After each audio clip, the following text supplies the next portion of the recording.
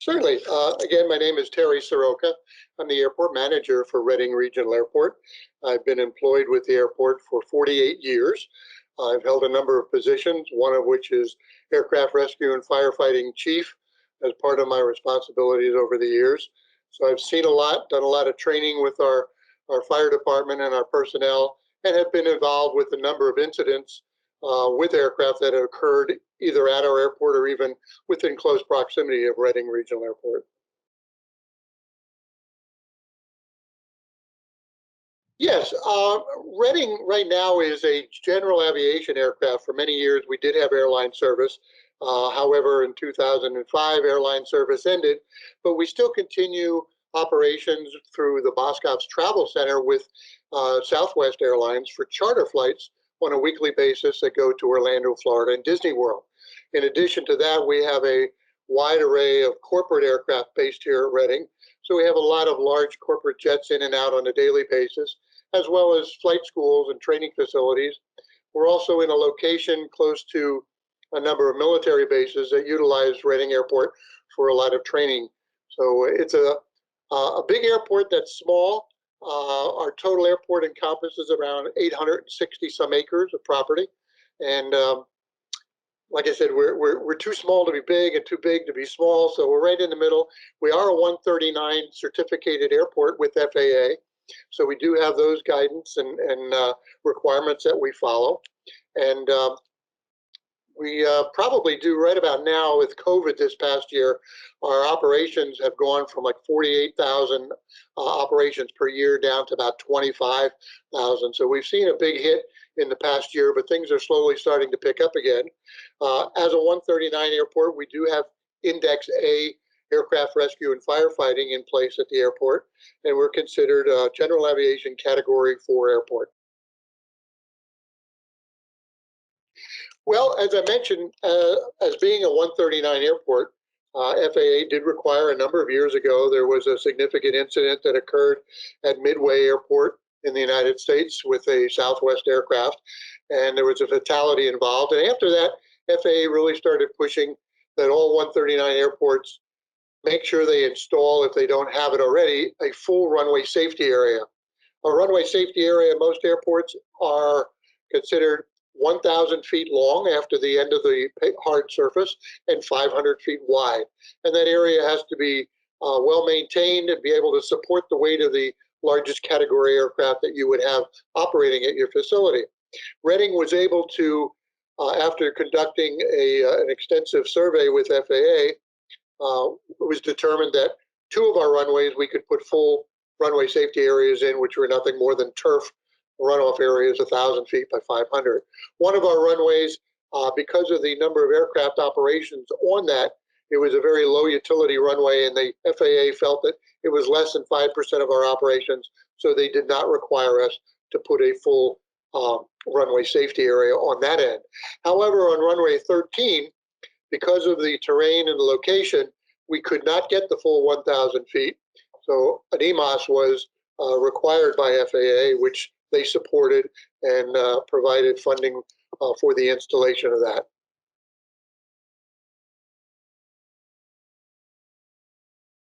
Not really. Again, the safety is the biggest aspect of it. And I'll be honest, having the EMAS is a concern as an airport operator, keeping people from driving through it and damaging it. We did have our share of incidents in the very beginning when it was installed. And we did work with the installer with animals tending to get in there and degrade the tape and some of the blocks that were in there. But we've overcome those issues. But primarily, I mean, it's there for one sole purpose, and that's safety and preventing injuries.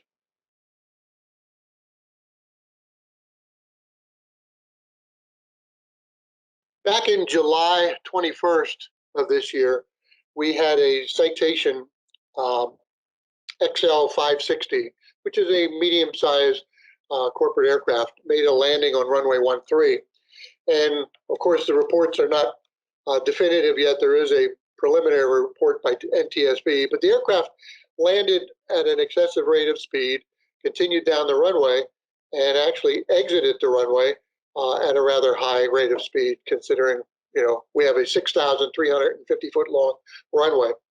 When the aircraft impacted the EMAS, it probably traveled about 3/4 of the way through the EMAS. The aircraft came to a halt, and we had 2 crew members and 7 passengers, total of 9 people on board, that were able to exit the aircraft with absolutely no injury. Initially, it was thought that there was minimal damage, nose gear, and maybe some damage to the flaps and some of the gear doors and things of that nature. End result, there was a little bit more structural damage to the aircraft than initially thought of, but it saved the aircraft. It saved 9 people.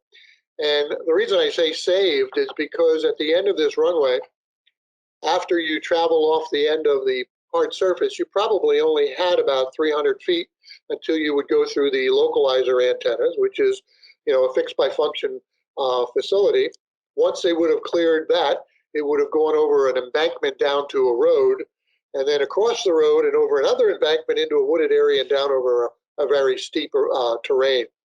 So frankly, I think the EMAS, in my experience over the years, definitely saved 9 people's lives and reduced the amount of damage to the aircraft. And without that, it could have been a catastrophic event. Actually, believe it or not, it was VMC. It was clear. We had visibilities of 10 miles. Winds are around 200 degrees at 5 knots. So it was a picture-perfect day. Weather was not a factor at all.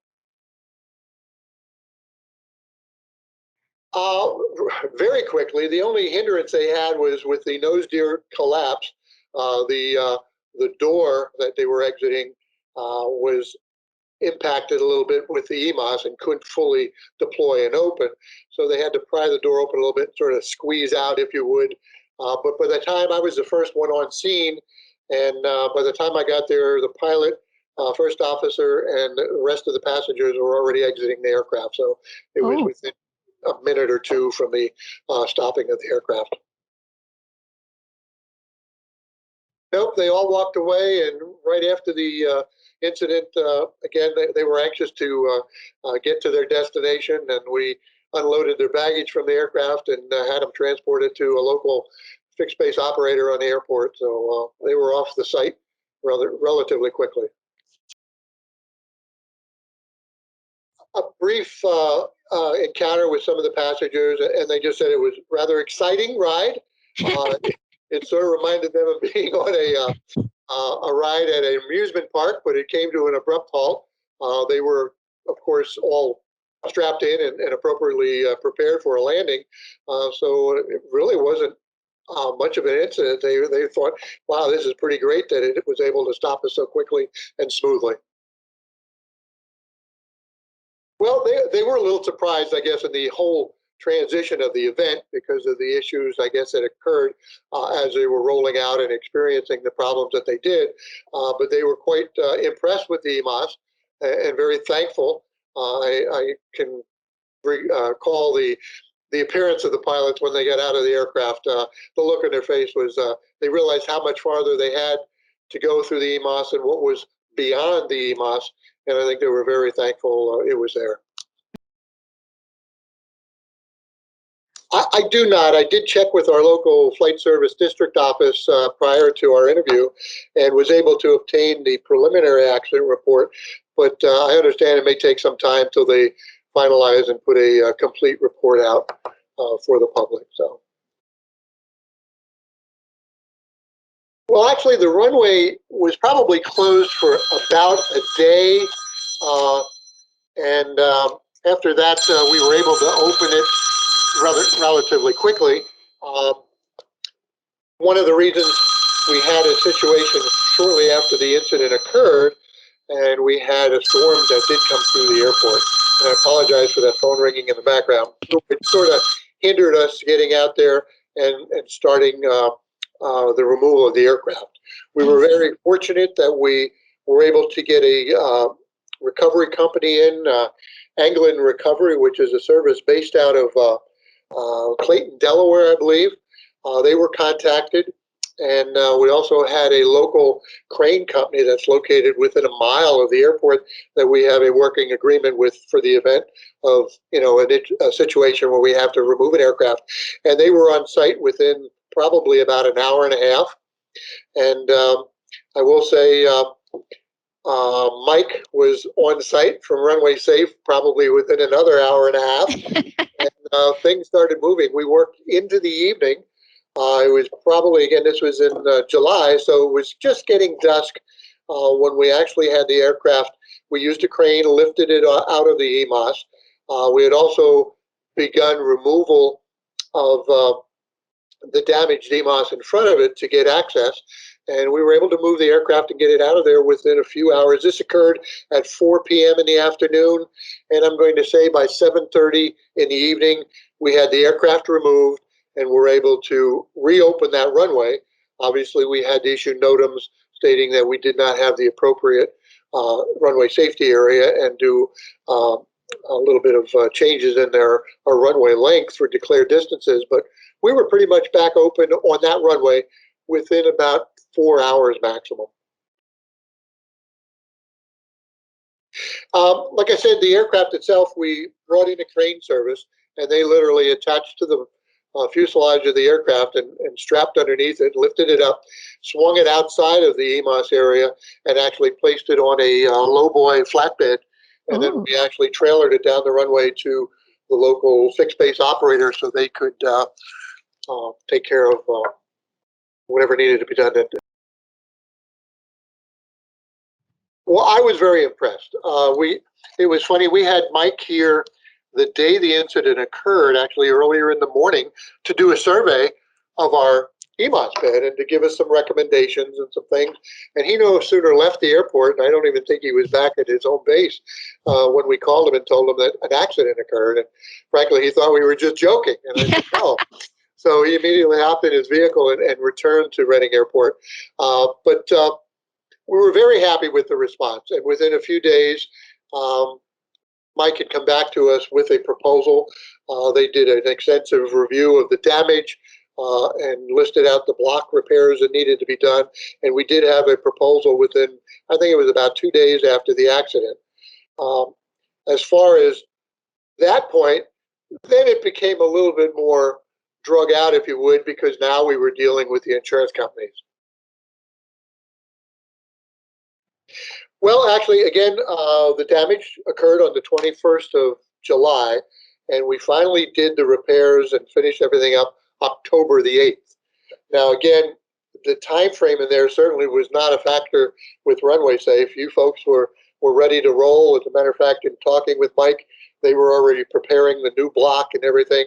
The longest part that we had was getting the final approval from the insurance company. They were on site the day of the incident, and we happened to have worked with this insurance company in the past. We knew their agent, and he was great to work with, and they did a superb job.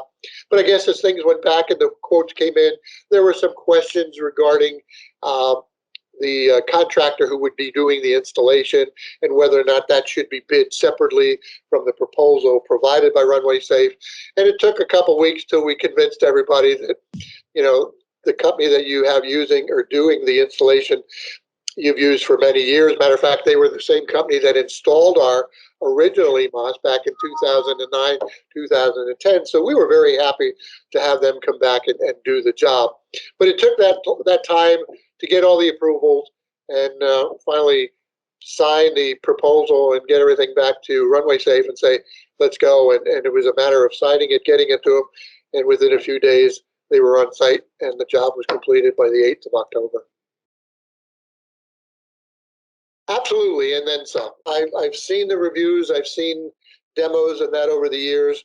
I'll be honest with you, when we first had to put this in, there was a lot of speculation on our part and on our airport authority board to spend this amount of money to put this device in. Were we going to see a return on it? And of course, 9 years later or 10 years, a little bit longer than that, it occurred. And we were just astounded by the results, and we're very happy we did take the time and energy and money to put this equipment into their service. No, things went quite well. We had a local company on the airport. Our first thought was to try and remove the aircraft by just removing the block and towing it out.